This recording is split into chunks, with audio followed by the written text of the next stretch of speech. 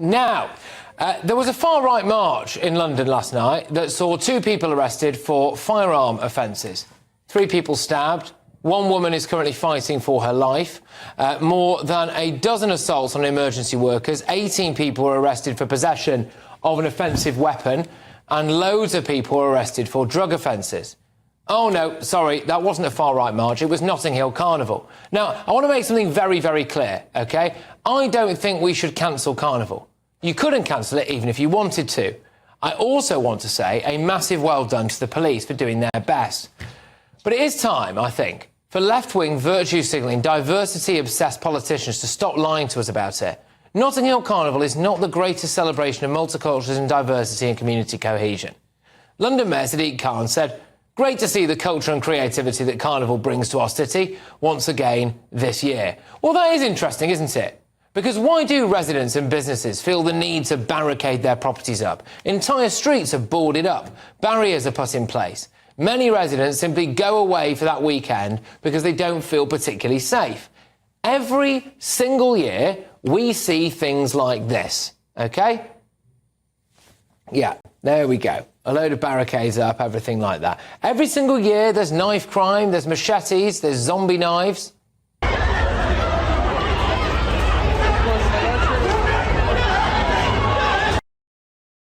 Now, the data is available online, OK? There have been 35 stabbings in the last 3 years. That is before this year's event was thrown into the mix. It cost us quite a lot of money. In 2022, reportedly, the taxpayer paid around 12.5 million quid.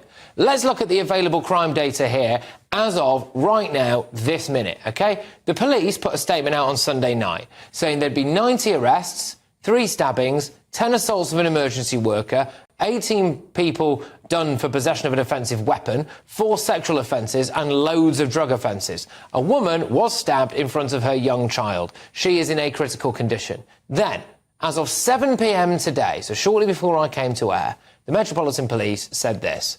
They stopped a car en route to Carnival and found someone in possession of a gun. They also arrested someone at the event with a firearm and someone who was wanted for attempted murder. There have been 145 arrests today, 40 for possession of an offensive weapon, not including the guns I just spoke about, 16 assaults of emergency workers, 3 violent assaults with injury. Politicians would not be celebrating any other event where that level of criminality took place. Now, they turn a blind eye to it, in my view, because it's mainly attended by ethnic minorities and they don't want to seem racist. But facts aren't racist. Notting Hill Carnival is 2 things at the same time, OK? It's a nice, fun day out where the majority of people enjoy themselves. It is also a mass crime event. They can't ignore the last bit there. And they can't lie to us and say that they'd let this keep on going ahead year after year if this happened on an annual St George's Day parade, because they wouldn't. All right, let's get the thoughts of my panel this evening. Joined by former Labour Minister Bill Rammell, we've got broadcaster and journalist Carol Malone, and former Conservative MP Paul Scully. Carol, I'll start with you on this. You know, they would not allow this event to go ahead with that level of criminality. Well, they felt like they wouldn't allow any other event to go ahead with that criminality, would they? There was a former chief inspector today, a guy called Mike Neville. He said that if this had been happening on the way to a Millwall match, there would have been mass arrests. In fact, there would be stopped from going to the match. You know, this has really got to be renamed now. It's a stab and crime fest, and this is not a day of fun and jollity. It's become a stab and crime fest. You know, in the last 7 years, you mentioned the last 3 years, last 7 years, 54 stabbings. In 2023, there were 7,000 officers on the streets again today. The overtime bill for the cops in 23, 5.5 million quid. That's just for overtime. So why are we paying this amount of money to allow all this to happen and to allow? You know, a mother was stabbed in front of her child today, and we're still seeing pictures of people in feathers and running around in fun outfits. It's not funny. And you know, when coppers are getting hurt all the time, people are getting hurt. One cop said today was that the carnival is a great excuse for people to be sexually molested. So you're having all of this going on. It's just disgusting. And yet we have, as you say, Where was Keir Starmer today? He should have been shouting from the rafters, this is appalling. And I'm pretty much betting that the arrests made over the last 3 days will trump the arrests made over the past 3 weeks in Southport. We'll see. I mean, look, the reality is, if you stopped and searched everyone at Carnival, you would have to arrest tens, if not hundreds of thousands of people, right? So they're not doing that because they haven't got the capacity to. But they could, if they wanted to. Paul, I'll bring you in on this now. You see the likes of Sadiq Khan and people on the left championing this as this is the epitome of multicultural community cohesion Britain. Why is everyone bored of their houses up then? Well, this is the thing, because look, it is supposed to be the second biggest street carnival in the world after Rio. But you're absolutely right. It's not a community event when people are boarding up their houses and people are boarding up businesses as well. I was actually there a couple of days ago in the lead up to it, where just underneath the police HQ, which is hosted by a local school there, and where they have a vantage point over these people. But you have 1 million people on the streets of Notting Hill, which otherwise is just known for Portobello Market. It's known for Instagrammable houses. And, of course, next door, it's proper cheek by jowl London. You've got Grenfell Tower, just a few minutes walk away from the epicentre. It's in the wrong place. It's now got to a point when it's so full, it's so crammed, the police can't get to half of these people if they wanted to, even if they had the capability. Move it to Hyde Park, something like that. You can marshal it a lot better, and you probably then don't need to abstract as many police away from the rest of London. All right. So tomorrow we should have Keir Starmer, should we, Bill, on a plinth somewhere saying, right, OK, what I want now, we've seen at least 35 attacks on emergency workers.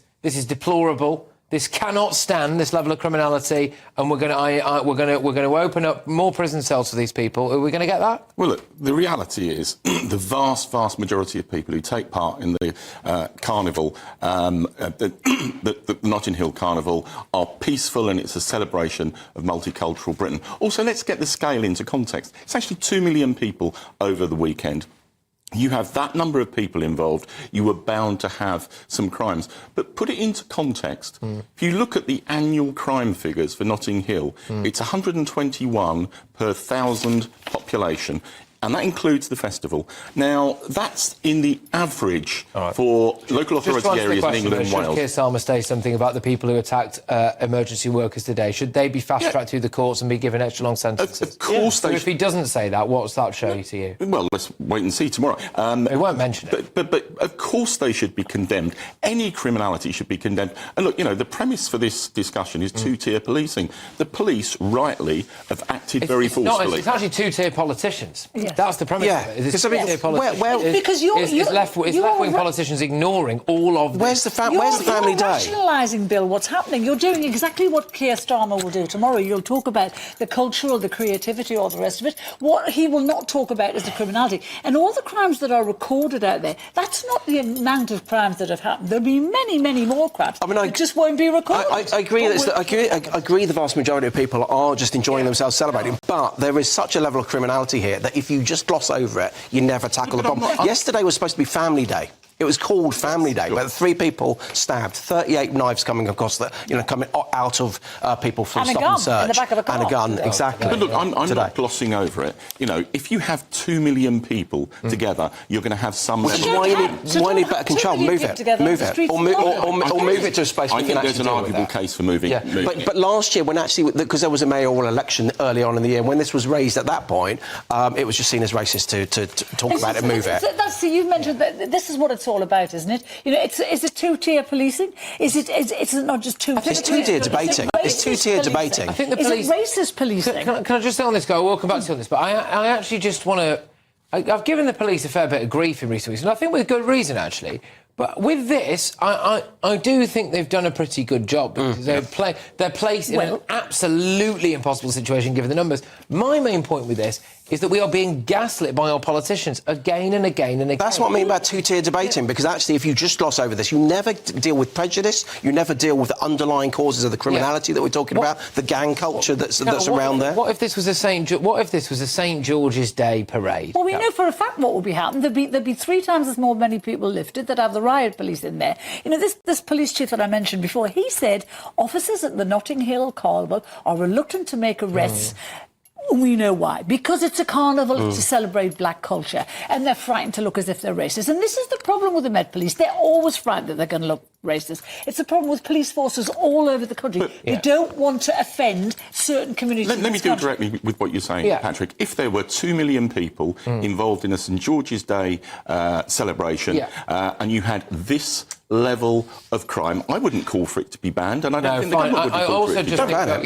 In the break there, I actually watched some footage on Twitter from someone's Ring doorbell of people queuing up to urinate on their front step. Yeah. Right, so that's not... No one's getting arrested for that. That won't appear in the crime figures, you know. But if you walk home to... I mean, I've got friends here in this office who live in that area, right? They're going to walk home tonight, and in order to get into their front door, they're going to have to wade through people. The clean-up will take most of this week. Totally unacceptable. But if you have 2 million people in a confined space like that, you're going to have, from an extreme minority... Hence move it, and then you don't need to spend 11 million quid on policing, which, by the way, also takes the police from other parts of London as well. Well, I think another point is money is made out of this festival. I think some of that should be reinvested. That's absolutely right. It's commercial for a lot of people. It's no longer community. Why are they bringing knives and guns and smoking drugs openly in front of couples? It's that you can't just put it down to say it's a fun day out, not when that is happening. Not at least when the local community are, and it's not a community event because the local community are no longer there. They've all shipped out. Can you imagine the black people who live in Notting Hill? I think they'd be